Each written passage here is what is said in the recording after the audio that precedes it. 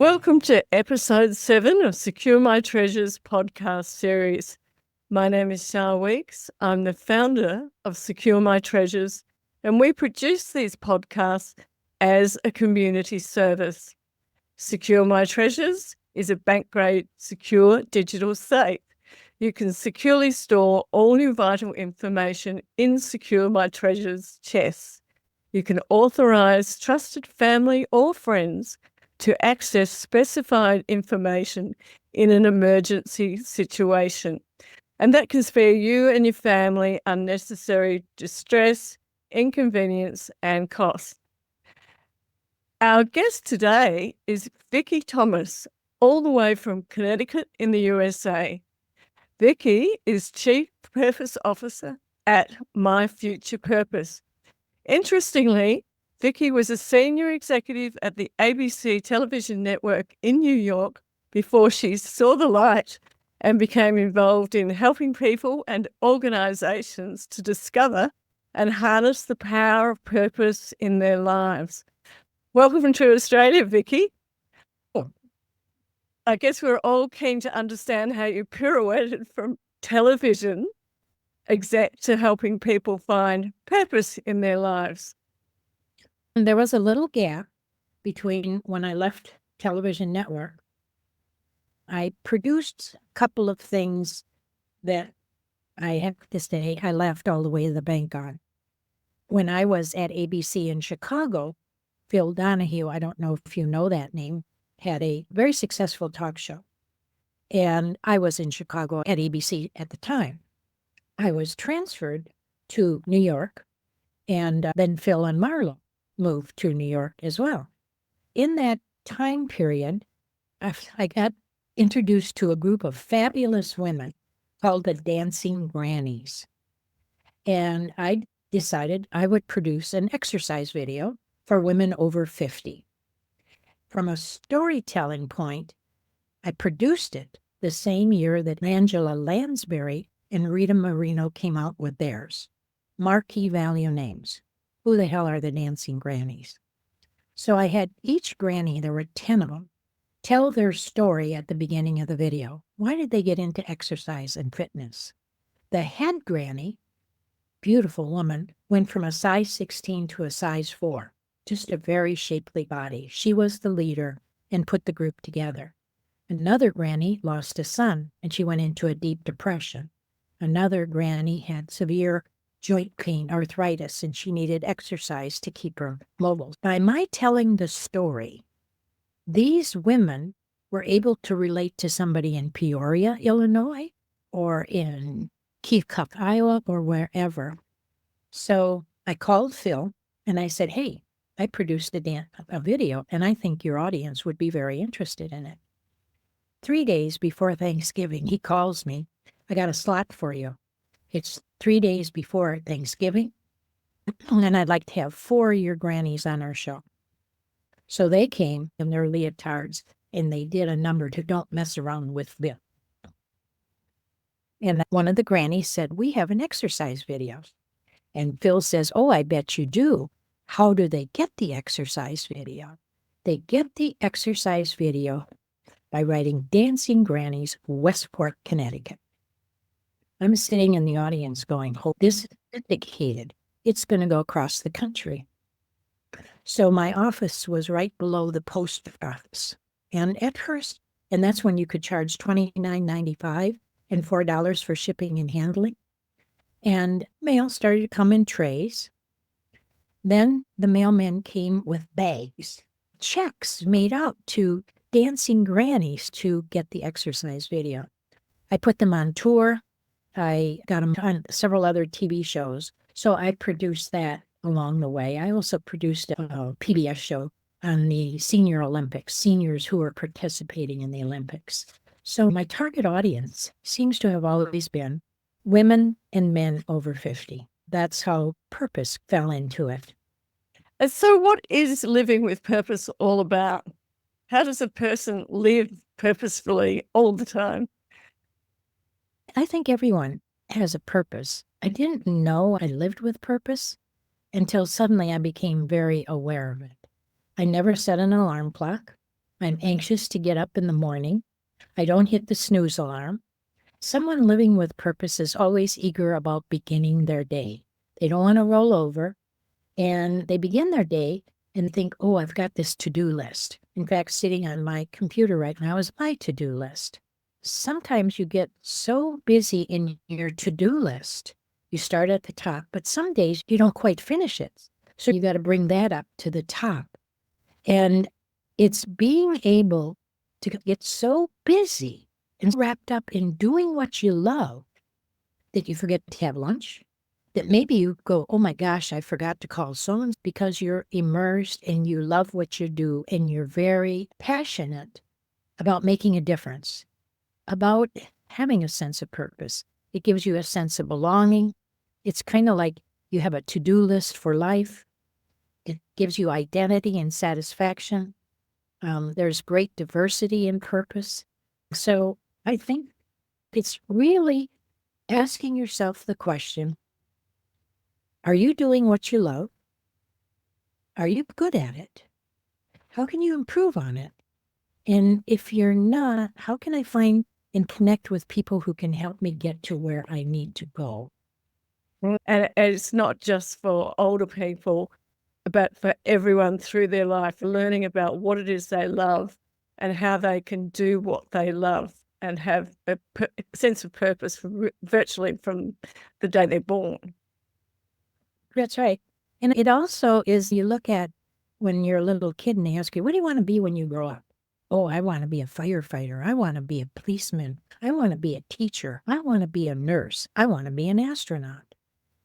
So you grow, and then you're going to school and you start picking up other interests. Or maybe a family member or a guidance counselor says to you at a young age, you'd be really good engineering. That's a big area of opportunity. And with your math skills, I think you'd excel. Oh, that's great advice. I'm going to take that. And you go off to college, go to an engineering school. Usually, if you've done that, you're going to wind up with a pretty lofty position and a pretty good salary. You get into that position and you go, maybe about 5 years down the road, I'm thrilled that I'm doing what I'm doing and it's paying the mortgage and we can vacation with the kids and we can do all these things, but it just doesn't trip my trigger. I'm looking for something else. People who have a sense of purpose always look for what's next. What's next in my life? Is this all there is? Oh, what do I need to do to fulfill something that's missing inside? And as we get older, some people slow down or are told they should slow down. Is it harder to live purposefully when you're at that stage of life where slowing down seems to be part and parcel of getting up?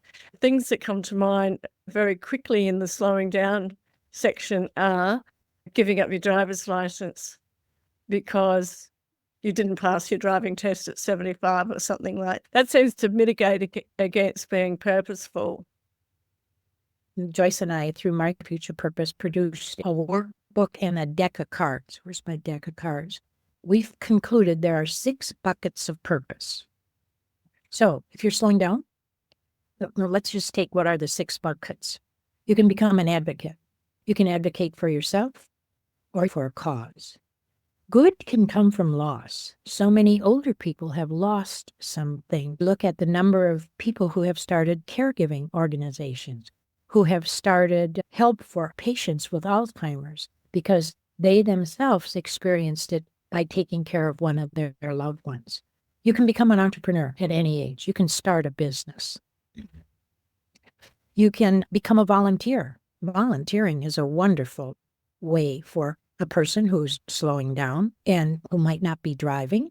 You can volunteer by working on the phones. You can volunteer by getting involved in your local community. You can volunteer in a number of ways. And sometimes when you volunteer, the expertise you bring becomes recognized by that organization. And they'd say, we'd like to put you in a full-time position, have a hobby or a special interest. Look at all the quilters, gardeners, people who, I have friends who paint trains, woodworking, those kinds of things can fulfill your sense of purpose because it gives you something to do. You can go to work for an organization whose purpose aligns with you. Those are the 6 buckets. So no matter where you are or what age you are, you can fulfill or step into one of those buckets and say, I've always wanted to develop my hobby for quilting or knitting or crocheting or my hobby for improving my garden. I don't know if you have senior centers in Australia or senior organizations, but to be able to help somebody at a senior center or volunteer at a hospital, it gives you a sense of purpose. Slowing down is probably one of the worst things you can do. Because in life, just as you learned as a young person, you should continue to be a lifelong learner. You should continue to be curious. You should continue to want to stay current. Because you look at technology. Who would have thought you and I would be talking to one another on Zoom? So you look at all of the opportunities that exist for you to explore, to not give up, to not become sedentary, to find something that brings you joy and gives you a reason to wake up every morning with, gee, I want to do this. I got to do a to-do list. Very interesting. I love your focus on curiosity, because I think curiosity is the biggest aphrodisiac of all. Today, many older people experience ageism. I'm wondering what your thoughts are about being able to bat off ageist beliefs and ageist commentary by living purposefully. I set out last year deciding that I want to become an influencer. I knew nothing about it. So I signed up for this course. And I had to fill in all these forms, what my target audience would be, what's my messaging going to be, how often would I have time to post, would I need help, how skilled am I at this? And then at the end, you had to put your age. About 2 weeks after I sent in my registration, I get a call from Mark Donovan. Hey, can I talk to Vicki Thomas, please? This is Vicki.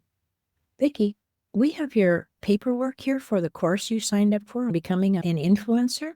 I just want to run through some questions with you. I knew where he was headed. And so then he asked me these questions. He said, I just want to let you know that if you want your money refunded, we'd be happy to do. Why would I want my money refunded? He said, because the people who have signed up for this are in their 20s and 30s. And I said, I like 20 and 30s. And I said, Mark, you fell into something. He said, what I fall into? I said, you've stereotyped me. You are ageist. You think because I'm 78 that why would I want to be an influencer now? So ageism, to me, when I look at it from a broad perspective, I think young people face ageism as well. Today, we've got kids graduating from college with great degrees, brilliant kids, and they can't find a job. Why can't they get a job? They lack experience or whatever it is, but they are subject to the same thing because they're too young. They don't have the experience to get that first job. Ageism continues throughout our life in a variety of ways. And I think ageism is one of my influencer posts that I did. It's one that surprised the heck out of me. I just wrote my view on ageism. And I had spent some time belonging to many aging organizations. And what I wrote was, as we get older, our check engine light is going to come on. You just have to deal with this, just like an old car. Our check engine light comes on, and we deal with it. We go to the doctor, we deal with it, whatever they do. But as we get older, that happens. But let's not become victims. Let's not complain. Let's not talk about what's working against us. Ageism isn't just about older adults. It affects all ages. It can shorten the lifespan. Studies have shown that ageism is not just offensive, it's dangerous. Negative age stereotypes are linked to poorer health outcomes. They reduce longevity and increase stress. So what we need to do is we need to shift the narrative. start with how we feel. We first step into changing ageism to what we do to change our mindset. If we see aging as a decline, we start to internalize it. So let's stop measuring ourselves against unrealistic standards of youth. Instead, value experience, adaptability, and growth. When I was at ABC, and it was ABC was taken over by a company that had the complete opposite culture that the ABC I worked with.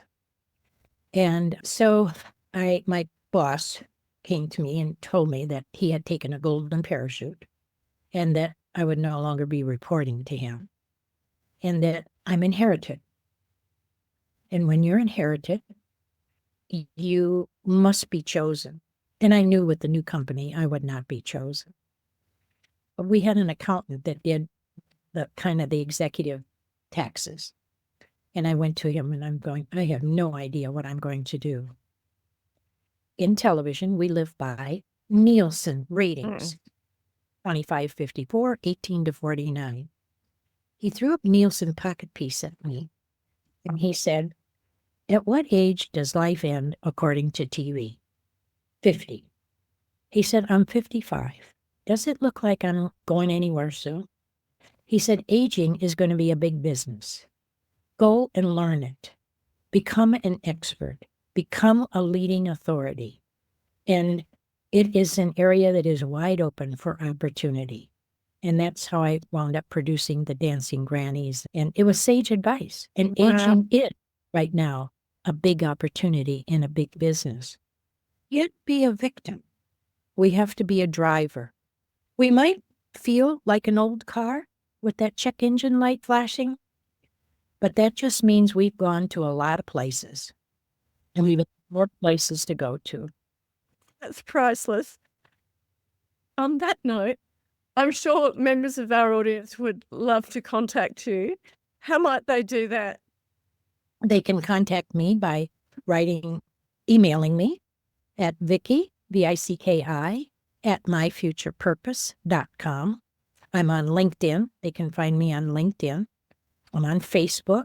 I try to do Instagram, but I need to get better. And I think that's probably the best way to reach me. That sounds good. We have quite a big LinkedIn audience ourselves. Thank you so much for joining us today. Our listeners are sure to appreciate your passion and interesting perspective on how and why we should live our lives purposefully at any age.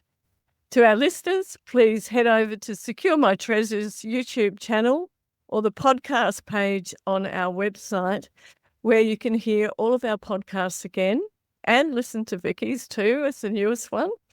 That's at www.securemytreasures.com, where you can live it, love it, and lock it.